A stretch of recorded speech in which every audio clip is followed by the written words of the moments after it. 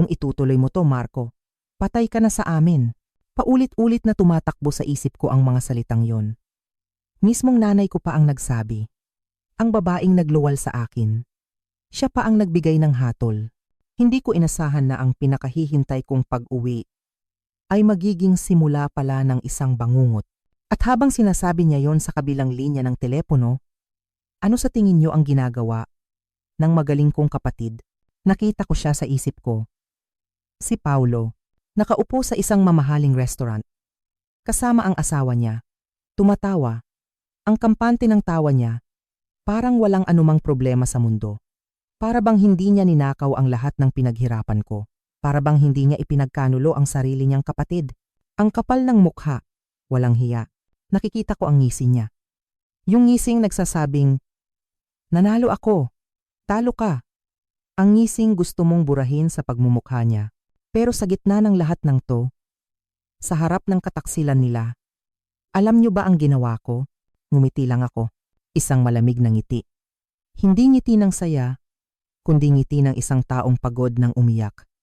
Ngiti ng isang taong napagtanto na tapos na ang pagiging mabait. Ngiti ng isang taong may hawak na alas. Hayaan niyong ikwento ko sa inyo kung paano nagsimula ang lahat. Ako si Marco, 30 anyos.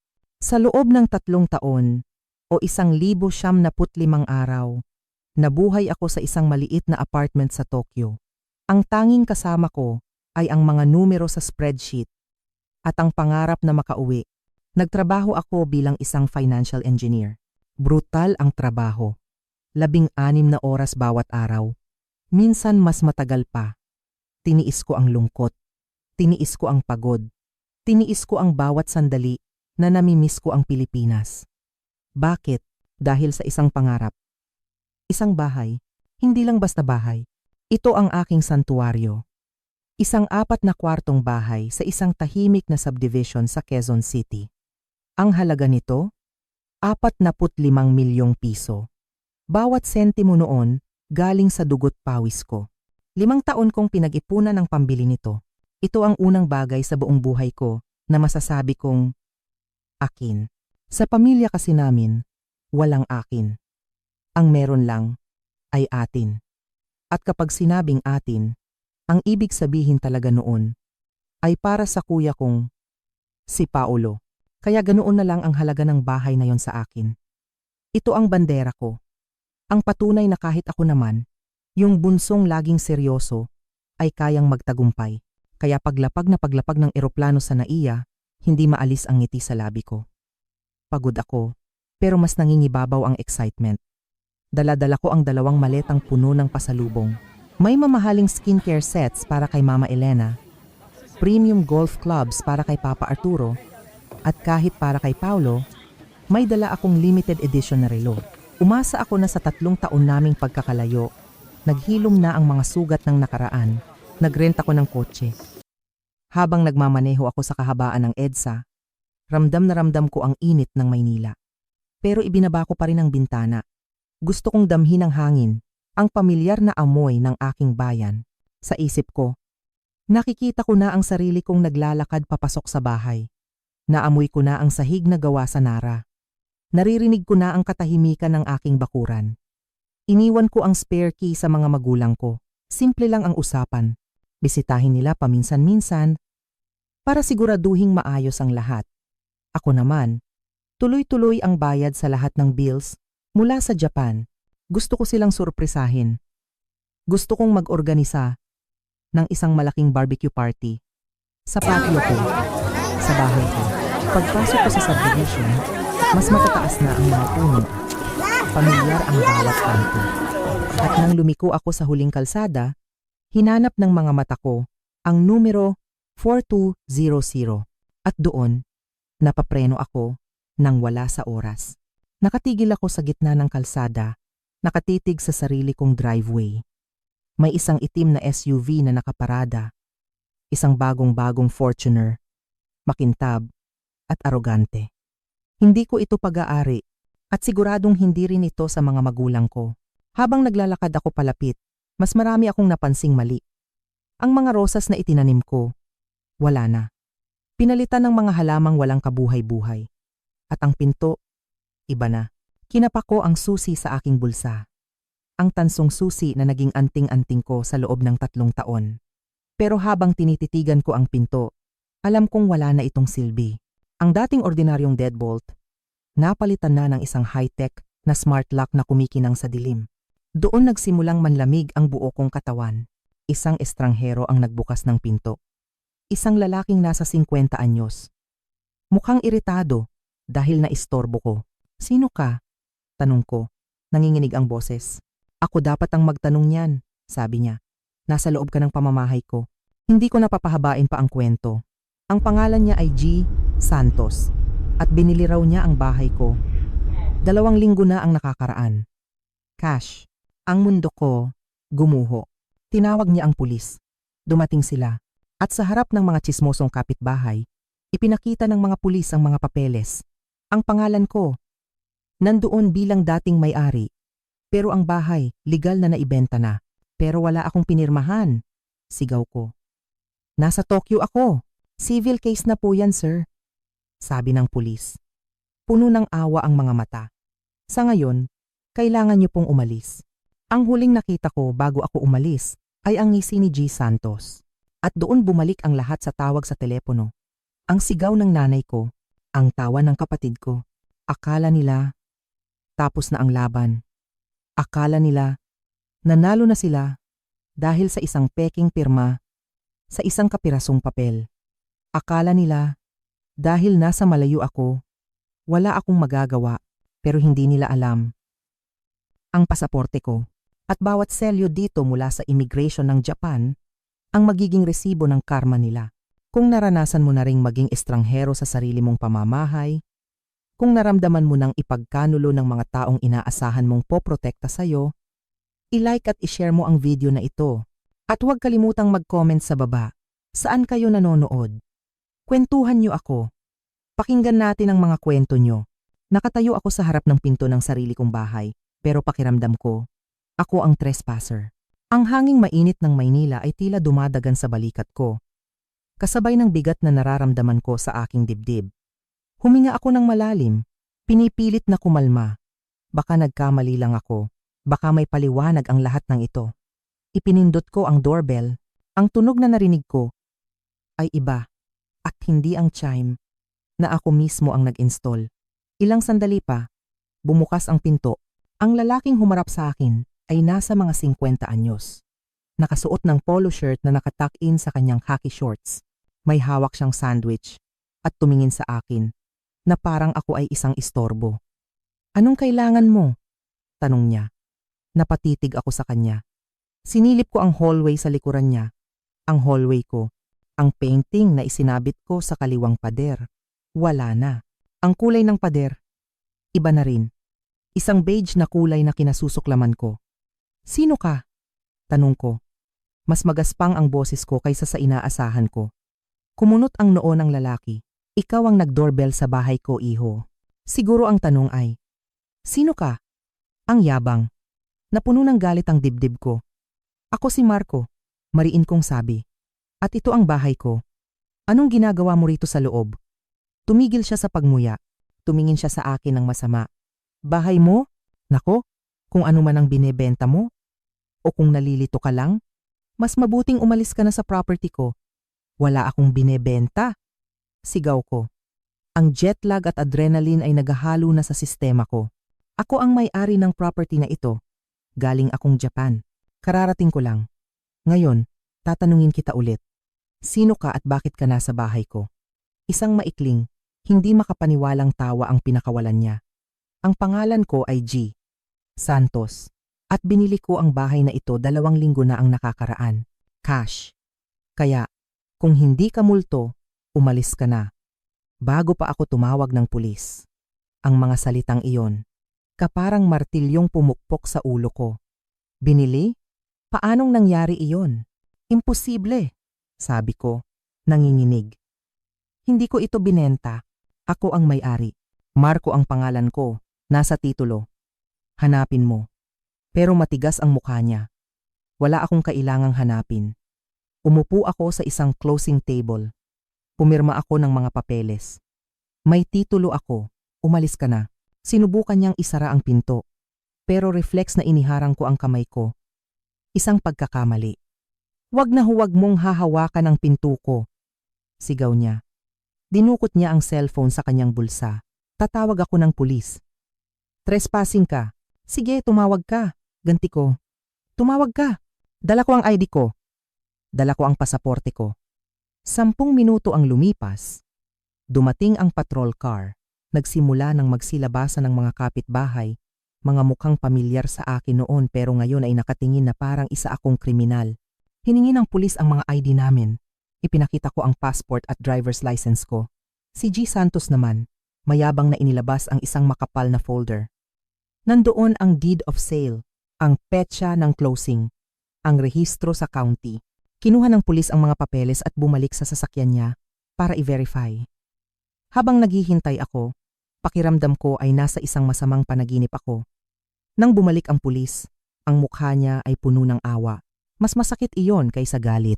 Ang awa ay nangangahulugang talo na ako. Sir, sabi ng pulis sa akin, ayon sa records, ang property na ito ay legal na nailipat kay G. Roberto Santos noong ika-4 ng buwang ito. Nakalista po kayo bilang dating may-ari. Pero kumpleto na po ang bentahan. Pero wala akong pinirmahan. Halos pasigaw kong sabi. Nasa Tokyo ako. Civil matter na po iyan, sir. Matigas na sabi ng pulis. Sa ngayon, legal na pag-aari ni G. Santos ang bahay. Kailangan nyo na pong umalis. Kung hindi ay mapipilitan kaming arestuhin kayo. Tumingin ako kay G. Santos. Ang ngisi sa kanyang labi. Parang sinasaksak ang puso ko. Tumingin ako sa bahay. Sa dati kong santuaryo. Ang pangarap ko, ninakaw sa akin. Umalis ako roon na parang isang zombie. Nagmaneho ako ng ilang kanto palayo at pumarada sa isang sira-sirang motel. Ang amoy ng luma at panlinis sa loob ng kotse ay nagpaduwal sa akin. Nanginginig ang mga kamay ko habang kinukuha ko ang aking cellphone. Mayroon lamang isang tao na maaaring may kinalaman dito. Dinayal ko ang numero ng kuya ko. Si Paulo. Sumagot siya sa ikatlong ring. Hello? Ang saya ng boses niya. Naririnig ko ang kalansing ng mga kubyerto sa background. Kumakain siya. Samantalang ako, heto, nawalan ng tahanan. Paolo, sabi ko. Nanginginig ang boses ko sa galit na hindi ko pa naramdaman kailanman. Nandito ako sa bahay o sa dati kong bahay. Isang mahabang, nakabibinging katahimikan ang sumunod. Pagkatapos, tumigil ang tunog ng kanyang pagmuya. Nakabalik ka na? Tanong ni Paulo. Ang boses niya, hindi gulat. Walang emosyon. Parang ordinaryong balita lang. Akala namin, sa susunod na buwan ka pa uuwi. Ang bahay, Paulo, sabi ko. Hinigpitan ng hawak sa manibela hanggang sa mamuti ang mga buko ng aking daliri. May ibang taong nakatira sa bahay ko. Sabi niya, binili niya, sabi ng pulis. Sa kanya na. Anong nangyayari? Isang malalim na buntong hininga ang narinig ko mula sa kanya. Isang tunog ng pagkainis. Na parabang naistorbo ko siya sa isang mahalagang bagay. Huwag kang magpanik, Marco. Inayos ko na. Inayos? Ang dalawang salitang iyon ay parang gasolinang ibinuhos sa apoy. Inayos mo! Sigaw ko. Binenta mo ang bahay ko! I cashed out, sabi ni Paulo. Ang boses niya ay nakakakilabot sa pagiging kaswal. Nasa peak ang market. Matalinong desisyon. Naka-cash offer ako. 2 weeks lang. Sarado na ang deal. Dapat ka pa ngang magpasalamat sa akin. Nakatipid ka sa realtor fees. Hindi ako makapagsalita. Ang hangin ay tila nawala sa aking mga baga. Ninakaw mo ang bahay ko. Halos pabulong kong sabi. Paano? Paano mo nagawang pirmahan ang mga papeles? Sinabi ni na mama at papa na okay lang. Pag-iwas niya. Narinig ko siyang nagsalita sa isang tao sa kwarto. Ma, kausapin mo. Ilang sandali pa. Boses na ng nanay ko, si Elena. Ang narinig ko. Marco, sabi niya. Ang boses niya ay matalas. Bakit mo sinisigawan ng kuya mo? Naghahapunan siya. Binenta niya ang bahay ko, ma. Sigaw ko. Binenta niya ang 45 milyong pisong bahay ko. Lahat ng pinaghirapan ko. Iyon na yon. Huwag kang ang OA. Sagot ni Mama Elena. Family asset. Yon. Alam mo naman ang patakaran natin. Nagbabahaginan tayo. Ginigipit ang kuya mo.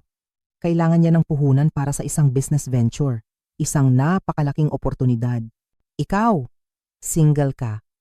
May maganda kang trabaho sa Japan. Ang laki ng kinikita mo. Hindi mo kailangan ng ganoong kalaking bahay. Pwede ka namang bumili ng iba. Ang entitlement sa boses niya, parang isang malakas na sampal. Family asset? Ako ang nagbayad noon.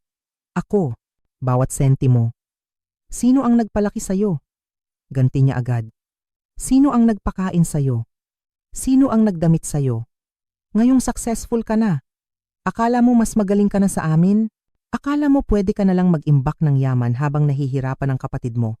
Ginawa lang namin ang dapat gawin. Huwag mong palakihin ang isyong ito, Marco. Pamilya tayo. Pupunta ako sa pulis. Sabi ko. Ang boses ko ay halos isang bulong na lang. Hindi mo gagawin yan. Sigaw niya. Kapag ipinapulis mo ang sarili mong kapatid, patay ka na sa amin. Naririnig mo ba? Patay ka na. At ibinaba niya ang telepono. Napuno ng katahimikan ang kotse. Isang sigaw ang nabuo sa aking dibdib. Isang sigaw na puno ng sakit, galit, at pagkabigo. Ibinuhos ko lahat. Sumigaw ako hanggang sa mamaos ako. Pinagsusuntok ang dashboard hanggang sa mabasag ang plastic. Hindi lang bahay ko ang kinuha nila. Kinuha nila ang tiwala ko, ang seguridad ko, ang pagmamahal ko, at isinugal na parang isang poker chip. Nag-check-in ako sa motel. Ang kwarto ay amoy amag at murang panlinis. Inihagis ko ang mga maleta ko sa kama. Ang mga maletang puno ng pasalubong para sa mga taong ninakawan ako ng harapan. Nang gabing iyon, nakatitig lang ako sa kisameng may mantsa ng tubig, hindi makapikit. Sa tuwing sinusubukan kong matulog, nakikita ko ang ngisi ni G. Santos. Naririnig ko ang boses ng nanay ko na sinasabing makasarili ako. At doon, sa dilim ng kwarto, bumalik ang lahat ng alaala. Mga alaala na bumuo ng isang pattern na binaliwala ko lang noon. Ang dinamika ng aming pamilya, hindi ito nagsimula sa bahay. Ganito na talaga noon pa man. Naalala ko noong 10 taong gulang ako. 6 na buwan kong inipon ang allowance ko para makabili ng Game Boy. 2 linggo matapos kong mabili, nawala ito. Natagpuan ko sa kwarto ni Paulo. Basag ang screen. Ang sabi lang ni Papa Arturo, hindi niya sinasadya, Marco. Gusto lang niyang makilaro. Dapat kasi, pinahiram mo.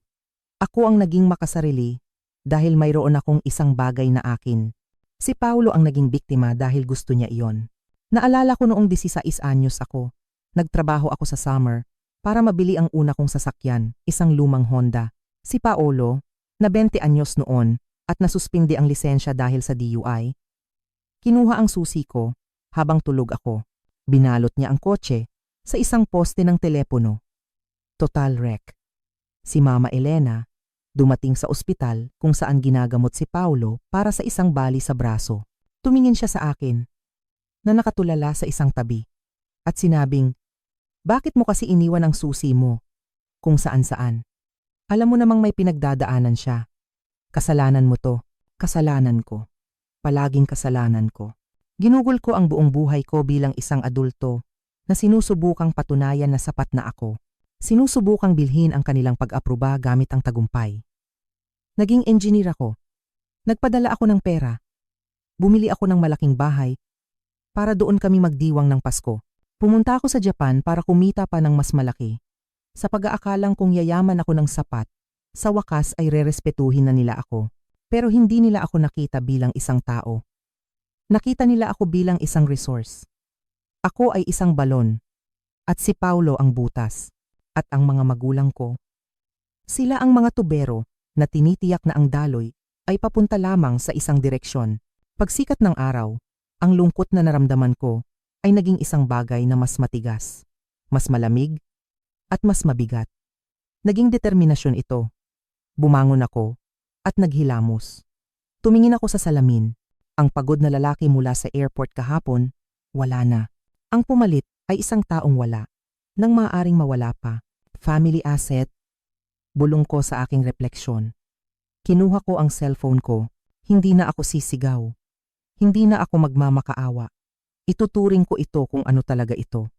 Hindi ito isang away pamilya. Isa itong krimen sa pananalapi. At ako ay isang financial engineer. Alam ko kung paano sundan ang mga numero. Alam ko kung saan sila matatagpuan. Bawat linggo ng umaga sa loob ng 20 taon, ang mga magulang ko at si Paulo ay nag-aalmusal sa isang sikat na pancake house sa dulo ng bayan. Mahilig sila sa all-you-can-eat pancakes doon. Pumarada ako sa parking lot ng 9:00 ng umaga. At tama nga ako. Nandoon ang luma at gasgas na truck ni Papa. At katabi nito, ang makintab at bagong itim na SUV na nakaparada sa driveway ko kahapon. Pumasok ako. Tumunog ang maliit na kampana sa pinto. Sumalubong sa akin ang amoy ng bacon at kape. Inilibot ko ang aking mga mata sa mga booth. At nandoon sila, si Papa Arturo, si Mama Elena, si Paulo, at ang asawa niyang si Katrina. Nagtatawanan sila. Ipinagmamalaki ni Katrina ang isang bagay sa kanyang pulso, isang gintong pulseras na kumikinang sa ilaw. Si Paulo naman, abala sa kanyang waffle. Lumapit ako sa kanilang mesa. Hindi ako bumati. Tumayo lang ako roon. Ang anino ko ay tumatakip sa kanilang pagkain. Tumingin si Paulo. May sirop pa sa kanyang baba. Bahagyang nanlaki ang kanyang mga mata, ngunit hindi siya mukhang takot. Mukha siyang naiinis. Diyos ko, Marco. Mukha kang impyerno. Umupo ka, magkape ka. Nasaan ang pera? Tanong ko. Ang boses ko ay mababa. Walang emosyon. Nag-ubo si Papa, mukhang hindi komportable. Anak, huwag tayong gumawa ng eksena dito. Kumakain ang mga tao. Wala akong pakialam, sabi ko. Binenta niyo ang bahay ko. 45 milyong piso. Nasaan na? Isang pag-ismid ang pinakawalan ni Katrina. Pinunasan niya ang kanyang bibig gamit ang isang napkin. Siya ay 32. Matatalim ang mga titig na parang laging kinakalkula ang presyo ng lahat ng bagay sa silid. Naka-invest na, sabi niya. May napakagandang plano si Paulo.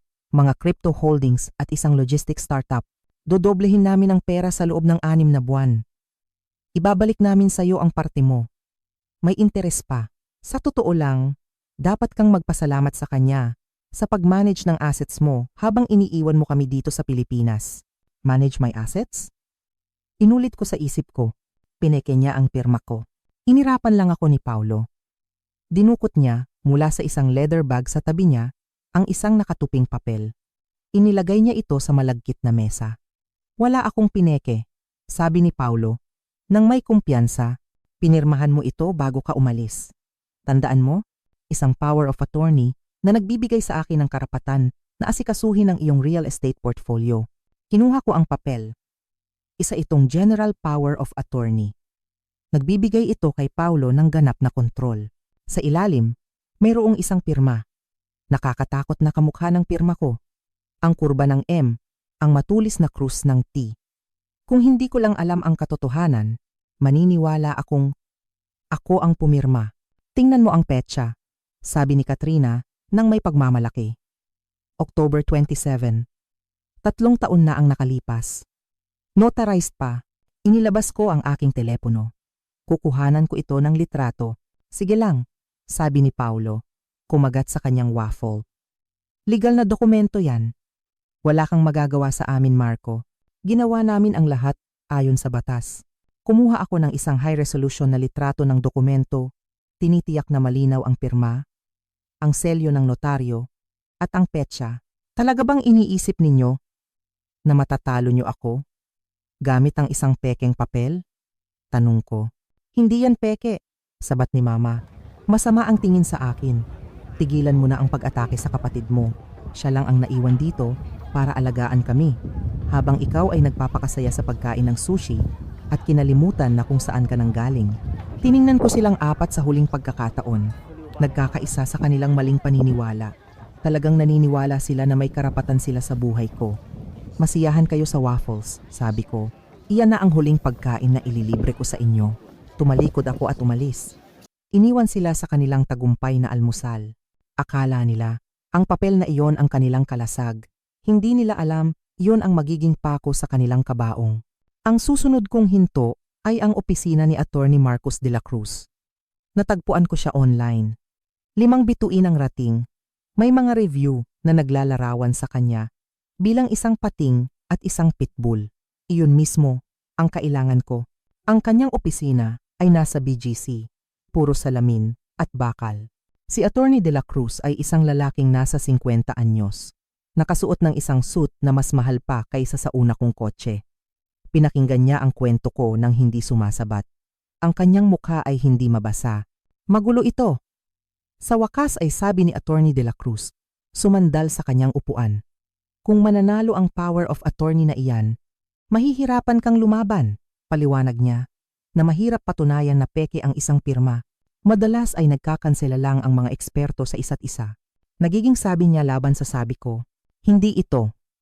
Sabi niya, laban sa sabi ko. Sabi ko.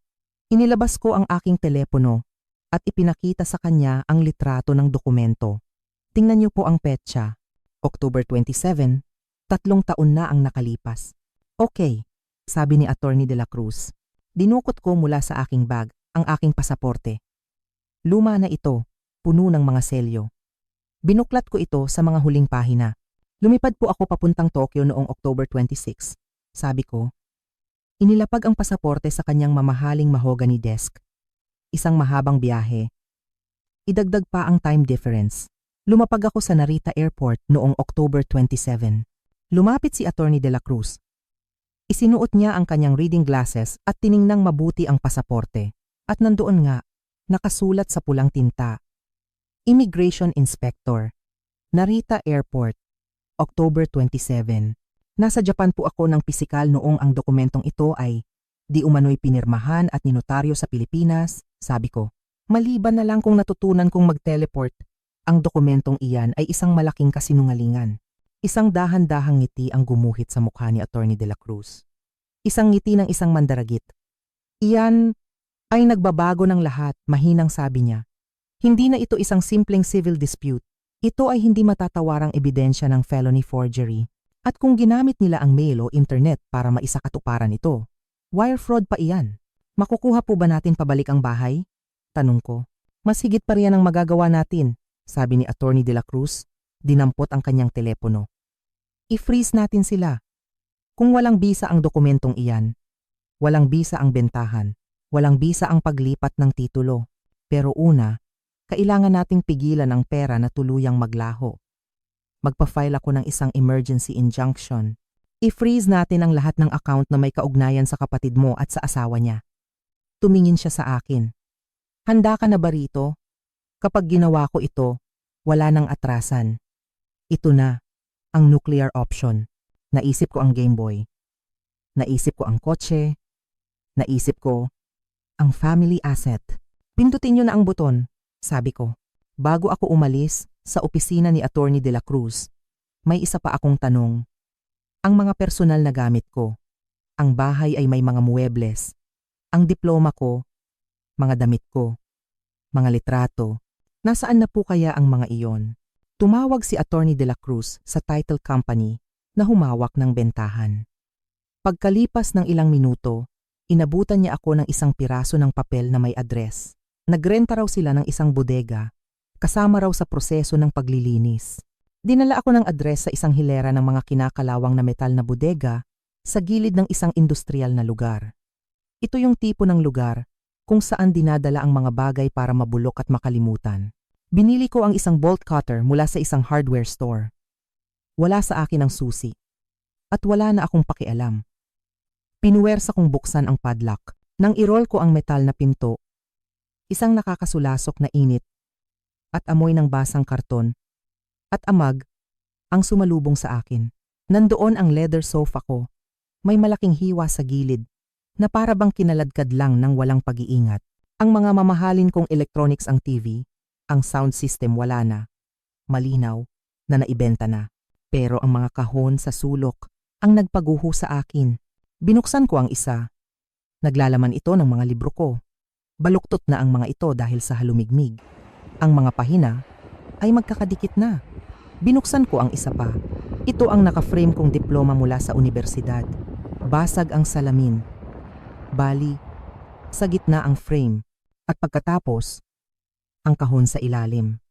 Basta na lang inihagis doon. Hindi selyado.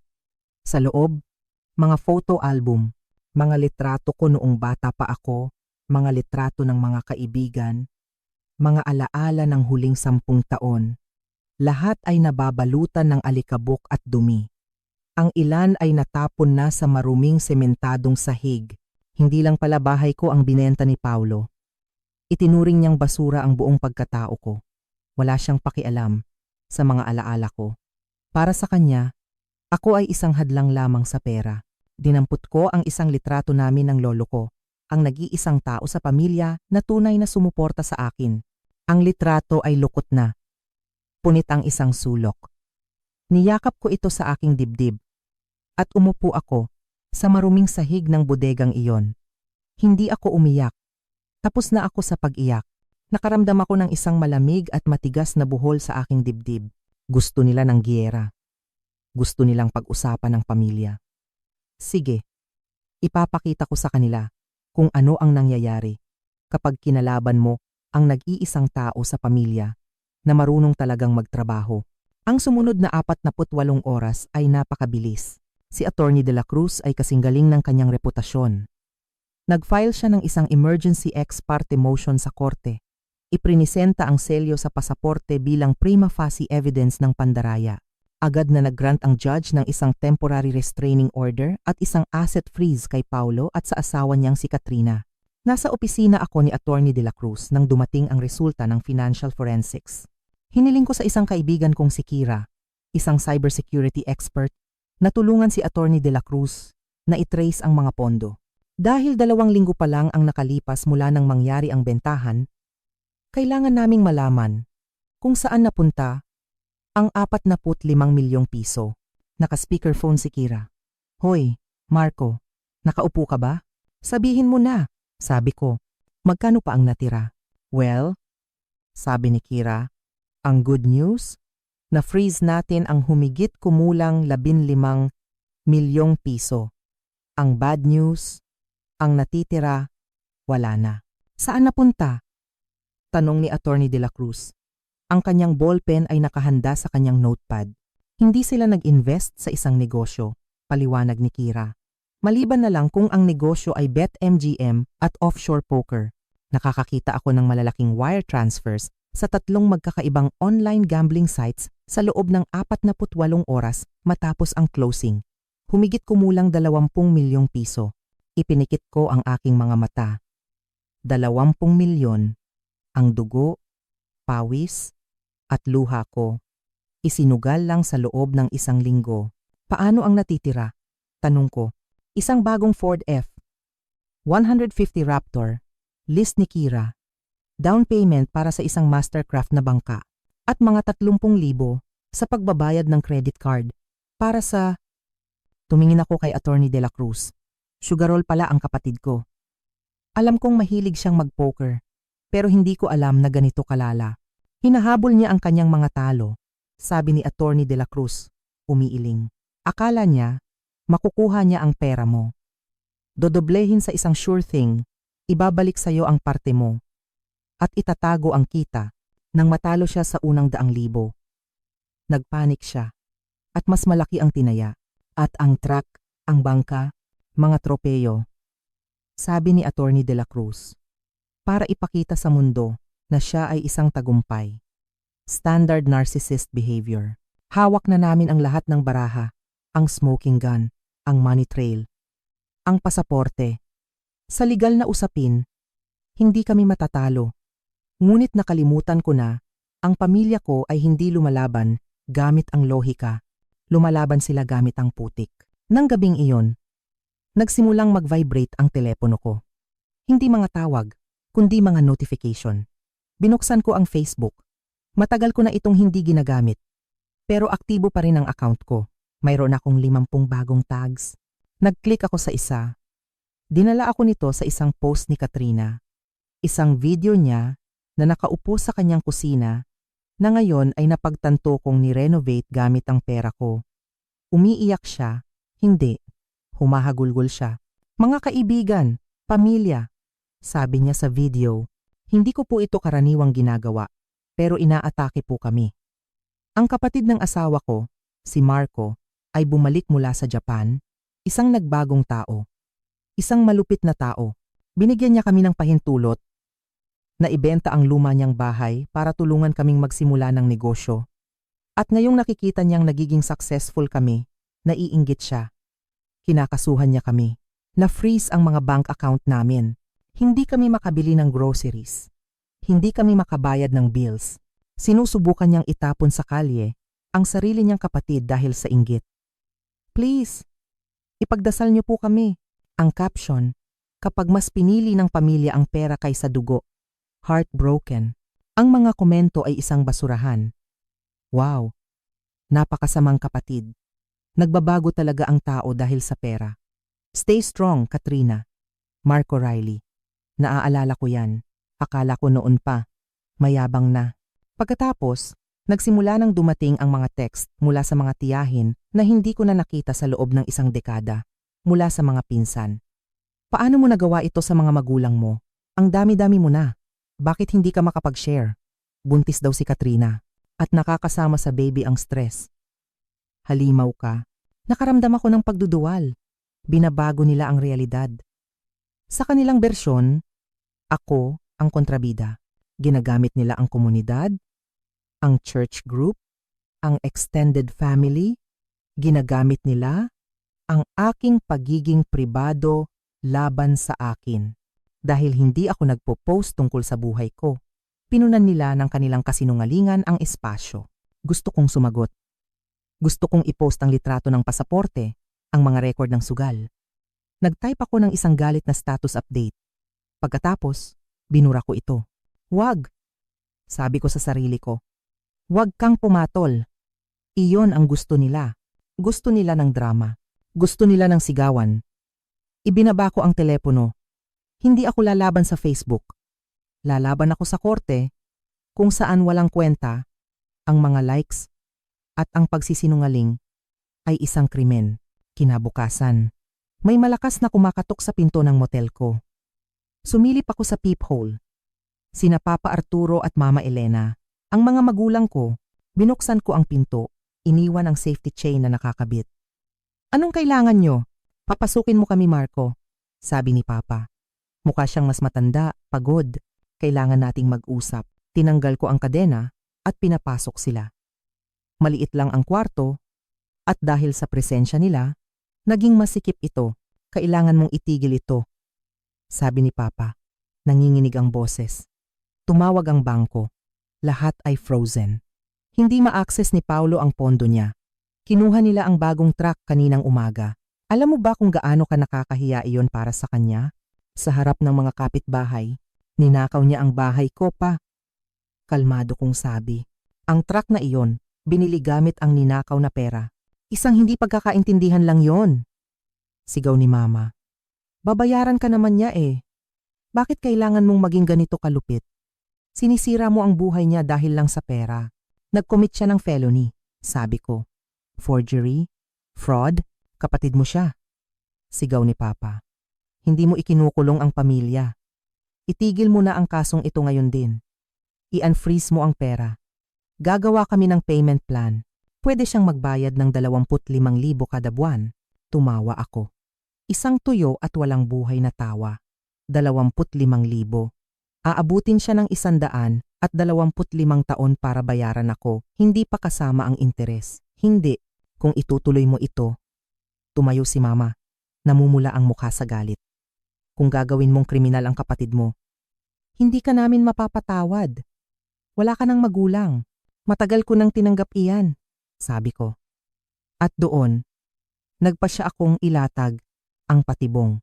Alam niyo ba? Mahina akong tanong. Alam niyo bang peke ang pirma? Bumuntong hininga si Papa. Kinukusot ang kanyang sentido. Alam naming pinapraktis niya ang pirma mo, Marco.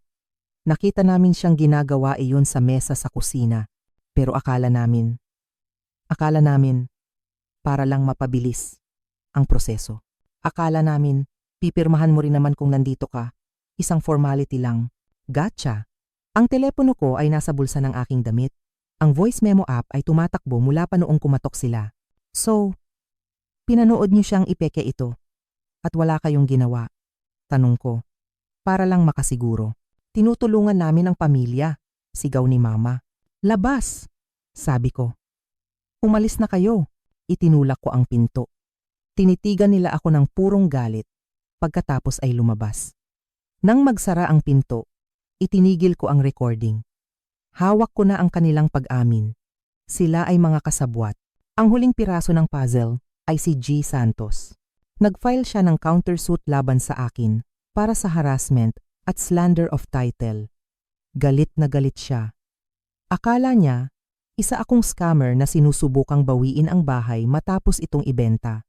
Hiniling ko kay Attorney De La Cruz na mag-set up ng isang meeting kasama si G. Santos at ang kanyang abogado. Nagkita kami sa isang conference room. Mukhang handa nang suntukin ako ni G. Santos. Sayang lang ito sa oras, sabi niya. Binili ko ang bahay. Hawak ko ang susi. G. Santos? Kalmadong sabi ni Attorney De La Cruz. Pakiusap. Tingnan ninyo ito. Inilapag niya ang file sa mesa. Naglalaman ito ng ebidensya mula sa pasaporte at ang bank record na nagpapakita ng mga pagkatalo sa sugal. Ang pera ninyo, sabi ni Attorney De La Cruz, ang 45 milyong piso na ibinayad ninyo, hindi ito napunta kay Marco. Ninakaw ito ng kanyang kapatid na si Paulo at 20 milyon dito ay nawala na sa mga offshore casino. Namutla ang mukha ni G. Santos. Tiningnan niya ang mga bank record. At heto pa, patuloy ni Attorney De La Cruz, ang patunay na ang power of attorney ay pineke. Sa legal na usapin, ang bentahan ay void ab initio. Ibig sabihin, hindi ito kailanman nangyari. Hindi ninyo pag-aari ang bahay. Ngunit hindi rin ito technically pag-aari ni Marco hanggat hindi nagpapasya ang hukom. Biktima rin po kayo rito. Tulad ni Marco, tumingin si G. Santos sa akin. Ang galit sa kanyang mukha ay napalitan ng pangingilabot. Ang pera ko, wala na. Na-freeze po natin ang higit kumulang 15 milyon. Sabi ko, pero ang natitira, ginastos na ni Paulo. Kung lalabanan ninyo ako, maling tao ang kalaban ninyo. Kung tutulungan ninyo ako, makakakuha tayo ng judgment laban kay Paulo. Mababawi ninyo ang pera ninyo mula sa mga na-freeze na assets at madidistrain ang kanyang mga sahod sa hinaharap. Pero kung kakampihan ninyo siya, talo kayong dalawa. Ibinagsak ni G. Santos ang kanyang kamao sa mesa. Ang walang hiyang yon. Sinabi niya sa akin, binenta niya yon para sa'yo dahil may sakit ka raw sa Japan. Nagsinungaling siya, sabi ko. At ang notaryo? Yung nagselyo ng mga papeles? Nanliit ang mga mata ni G. Santos. Oo, isang kakaibang babae. Nanginginig siya buong oras. Minadali niya ako sa pagpirma. Hindi man lang hiningi ang ID ko. Hanggang sa huli, mag-testify po kayo tungkol diyan, sabi ni Attorney De La Cruz. Tulungan ninyo kaming idiin ang notaryo at palalakasin natin ang kaso para mabawi ang pera ninyo. Inilahad ni G. Santos ang kanyang kamay. Gusto kong makitang nakaposas ang sinungaling na magnanakaw na yon. Kinawayan ko ang kanyang kamay. Ang kaaway ng aking kaaway ay aking kaibigan. Nagsimula nang bumagsak ang mga domino. Sa tulong ni G. Santos, ipinatawag ni Attorney De La Cruz ang notaryo publiko. Ang pangalan niya ay Sara, 24 na taong gulang. Nagtatrabaho sa isang strip mall shipping center. Nang dalhin siya ni Attorney De La Cruz para sa isang deposisyon, sinubukan niyang magmatigas, pero walang awa si Attorney De La Cruz. Ipinakita niya ang ebidensya ng pasaporte. Ipinaalala niya na ang notary fraud ay isang felony na may kasamang kulong.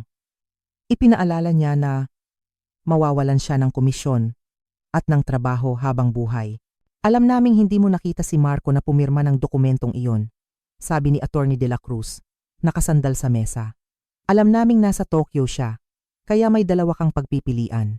Pwede kang makulong para kay Paolo Riley o pwede mong sabihin ang totoo at baka makakuha ka ng deal. Bumigay siya sa loob ng 10 minuto. Umiiyak, inamin niya ang lahat. Ang asawa niya, si Katrina, ang lumapit sa akin. Binigyan niya ako ng 250,000 piso cash sa isang sobre. Sabi niya, nasa ibang bansa raw ang bayaw niya at kailangang gawin agad para mailigtas ang negosyo. Sabi niya, victimless crime lang daw. Nagmakaawa siya sa akin. At ang pirma? Tanong ni Attorney De La Cruz. Ang kapatid, si Paulo. Siya ang pumirma doon mismo sa harap ko. I-backdate ko raw ang selyo. Sa petsang sinabi nila, tapos na. Hawak namin ang pasaporte, ang mga record ng sugal, ang pag-amin ng mga magulang, ang testimonya ng notaryo. Ang hearing ay itinakda pagkatapos ng 3 linggo.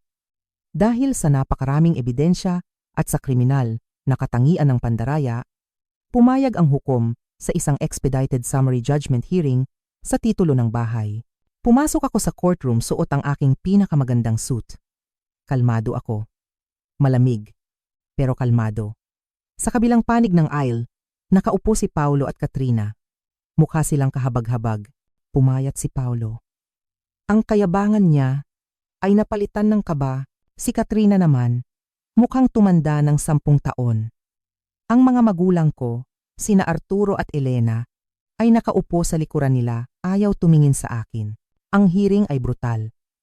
Inilatag ni Attorney De La Cruz ang timeline na parang isang math equation. Your Honor. Sabi ni Attorney De La Cruz, Exhibit A, ang pasaporte. Ipinakita niya ang imahe ng entry stamp sa screen. Ang plaintiff ay 7,000 milya ang layo noong petsa ng di umano'y pagpirma. Ang hukom, isang istriktong babae na may salamin, ay dahan-dahang tumango. Exhibit B. Patuloy ni Attorney De La Cruz. Ang affidavit ng notaryo publiko na umamin sa panunuhol at pandaraya. Humagulgol si Katrina. Ipinukpok ng hukom ang kanyang gavel. Katahimikan. Exhibit C. Sabi ni Attorney De La Cruz. Ang mga bank record na nagpapakita na ang kinita mula sa bentahan ay hindi ginamit para sa kapakinabangan ng plaintiff, kundi ipinadala sa PokerStars at BetMGM ng defendant. At sa huli, ipinarinig ni Attorney De La Cruz ang audio recording. Ang boses ng ama ko ay umalingaw-ngaw sa tahimik na courtroom. Alam naming pinapractice niya ang pirma mo. Pero akala namin para lang mapabilis ang proseso. Ang katahimikan na sumunod ay napakabigat. Dahan-dahang inalis ng hukom ang kanyang salamin at tumingin sa aking mga magulang, G at Geng Riley. Sabi ng hukom, ang boses niya ay puno ng pagkasuklam. Ang inyong pag-amin na mayroon kayong naunang kaalaman ay ginagawa kayong morally, kung hindi man legally, nakasabwat sa pandaraya sa inyong sariling anak. Nakakahiya. Isubsob ni Mama ang kanyang mukha sa kanyang mga kamay. Si Papa naman ay nakatitig sa sahig. Hindi na kailangan pang i-deliberate ng hukom. Ang korte ay nagpapasya na ang power of attorney ay isang forgery. Sabi niya, ang paglipat ng property ay void ab initio. Ang titulo ay agad na ibinabalik sa plaintiff, si Nolan Riley. Bumaling siya kay G. Santos. Ang mga na-freeze na pondo na nagkakahalaga ng 300 at 12,000 dolyar ay dapat na i-release sa bumili. Si G. Fletcher, kaagad. Pagkatapos, tumingin siya kay Paulo. G. Riley batay sa ebidensyang iprinisenta, forgery, wire fraud, at grand larceny. Agad kong inire-refer ang kasong ito sa district attorney. Mga bailiff, dalhin si G. Riley sa kustudiya. 2 opisyal ang lumapit. Tumayo si Paulo, nagpapanik. Sandali, isang pagkakamali lang. Kaya kong bayaran. Ma, Pa, gawin niyo ang isang bagay. Ang tunog ng pag-click ng posas ang pinakamalakas na tunog sa silid. At ikaw, turo ng hukom kay Bianca. Ikaw ay i-detain para sa interogasyon tungkol sa panunuhol sa isang public official. Hindi! Sigaw ni Bianca habang hinahawakan siya. May anxiety ako.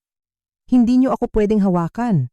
Habang kinakaladkad palabas si Paulo, lumingon siya sa akin. Ang kanyang mga mata ay puno ng takot. Nolan, tulungan mo ako. Kapatid mo ako. Pinanood ko lang siya. Hindi ako ngumiti. Hindi ako sumimangot. Pinanood ko lang. Ang aking ina, si Sylvia, ay sumugod sa railing, sumisigaw sa akin. Halimaw ka! Ginawa mo ito! Sinira mo ang pamilyang ito. Sana mabulok ka sa malaking bahay na iyan mag-isa. Bumaling ako kay Attorney De La Cruz. Tapos na ba tayo? Tapos na tayo. Sabi niya, isinasara ang kanyang briefcase. Magpa-file kami ng civil suits laban sa iyong mga magulang para sa natitirang restitution ni Fletcher. Malamang na mawala sa kanila ang kanilang bahay para mabayaran siya. Mabuti, sabi ko, ang resulta ng lahat ng nangyari at mabilis. Pagkalipas ng 6 na buwan, humupa na rin ang alikabok. Si Paulo, para maiwasan ang mas mahabang sentensya, ay umamin sa kasalanan. Nakakuha siya ng 3 taong pagkakakulong. Nasusundan ng 5 taong probation. Magkakaroon siya ng felony record habang buhay. Hinding-hindi na siya makakapagtrabaho sa anumang larangan ng pananalapi. Hindi na makakakuha ng loan. At hindi na mapagkakatiwalaan pa. Si Katrina naman. Agad siyang tinalikuran. Nag-file siya ng divorce habang naghihintay ng sentensya si Paulo. Sinasabing, pinilit lang daw siya. Hindi ito masyadong pinaniwalaan ng korte. Nakakuha siya ng probation at isang malaking multa, pero naiwasan niya ang kulungan. Kinuha niya ang sasakyan na nakalis lang pala at umalis ng bayan. Wala na akong narinig tungkol sa kanya. Ang mga magulang ko. Sila ang tumanggap ng pinakamasaklap at marahil pinakaangkop na kapalaran dahil sa kanilang pakikipagsabuatan sa pandaraya at dahil hindi sapat ang na-freeze na pera para mabayaran ng buo si G. Santos. Sila ang idinemanda. Para makaiwas sa bankruptcy, napilitan silang ibenta ang sarili nilang bahay. Ang bahay na kinalakihan ko. Ang tahanan kung saan nabuo ang lahat ng masasakit na alaala. Lumipat sila sa isang maliit na apartment sa isang hindi magandang bahagi ng lungsod. Ang kanilang retirement savings, naubos sa mga legal fees, ang kanilang mga kaibigan. Nang malaman nila ang buong katotohanan tungkol sa pamemeke at sa sugal, tumigil ng tumawag.